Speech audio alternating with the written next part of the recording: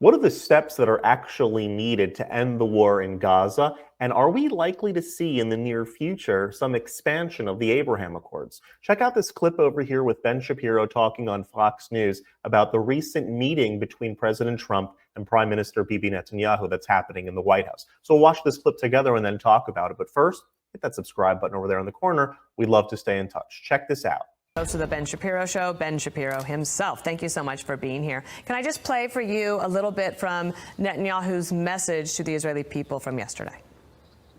I am committed to the three missions together, releasing and returning all our hostages, both the living and the deceased, eliminating the capabilities of Hamas, driving it out of there, and ensuring that Gaza no longer possesses a threat to Israel.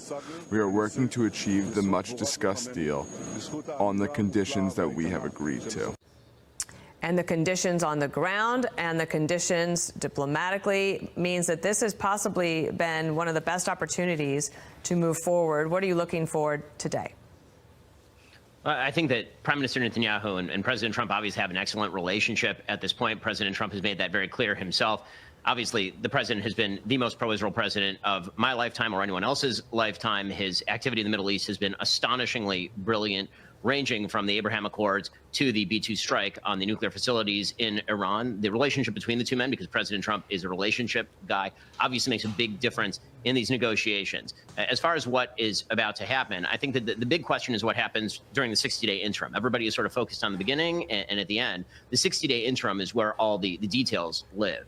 If Prime Minister Netanyahu can get 10 hostages out, which is what they're talking about, 10 live hostages out at the beginning, that may be the extent of the hostages that actually come out, depending on Hamas's intransigence. Everyone in a lot of these negotiations tends to focus on the United States and Israel, or the United States and Ukraine. There is another side to this negotiation, and Hamas has refused steadfastly to give up all the hostages and also to leave power. If Qatar were to push Hamas to simply go into exile and give up the hostages, this war would be over today. And then the only question would be, as we say, what happens post-war, who governs. The big objection the Israelis have is that the Palestinian Authority has acted in concert with Hamas a wide variety of the time, including, for example, pay for slave, paying the families of terrorists and all the rest. And so what Israel says is, why not have the Arab countries come in? The Arab countries, of course, want no piece of the Gaza Strip because it's been a disaster area for so long. And some alternative is going to have to be found to both the Palestinian Authority and probably also to some of these Arab countries. Could you speak a little bit more broadly even then to the possibility of a bigger Middle East peace push and the possibility of expanded Abraham Accords? So I think the possibility of an expanded Abraham Accord is very high, if the president is willing to push for that. So President Trump obviously made that his signature Middle Eastern item during his first term. I would expect that he's going to do that during his second term. The Saudis want an end to the Gaza war. Obviously, the Israelis also would like to see an end that guarantees their security. If that happens, the possibility of normalization with Saudi Arabia grows. But that is really true if President Trump pushes, because President Trump is the driving force when it comes to the Abraham Accords. The entire State Department conventional wisdom said that was undoable without solving the so-called Palestinian issue. Well, that issue doesn't have to be solved. It just has to be put on a glide path toward some sort of quiescence in order for Saudi to sign on. I believe the president is going to move toward that glide path today over the course of the next 60 days, and then I think Saudi normalization will be on the table. I mean, that's pretty incredible. We have just about 30 seconds left, Ben. If you could maybe tell us, do you think that President Trump pushing Qatar right now would be one of the most important practical things that could be done to get this actually finished? It is the number one practical thing to be done. Qatar remains the only supporter that provides any level of support, material or otherwise, to Hamas. If Qatar were to simply say to Hamas that this is the end of the war, you have no further support base, then Hamas would have very few choices left. I hear you. And Ben Shapiro, great to see you today. Thank you so much for being here. And we'll watch the news and follow all of your reporting on it. Thank you.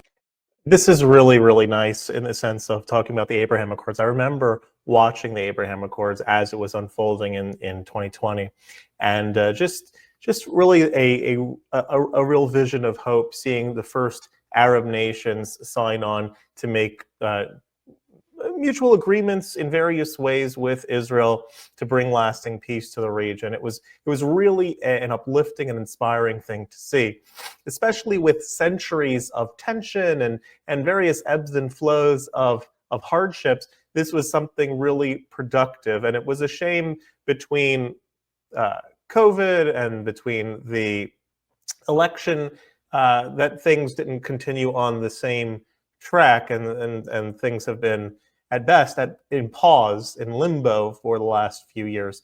But it's really nice to see that we are in a similar place with a strong America, a strong Israel, and a weak Iran. And like they said over here, that Iran is still chanting death to America, death to Israel, but none of the Arab nations seem to be joining in too quickly in order to be a part of that.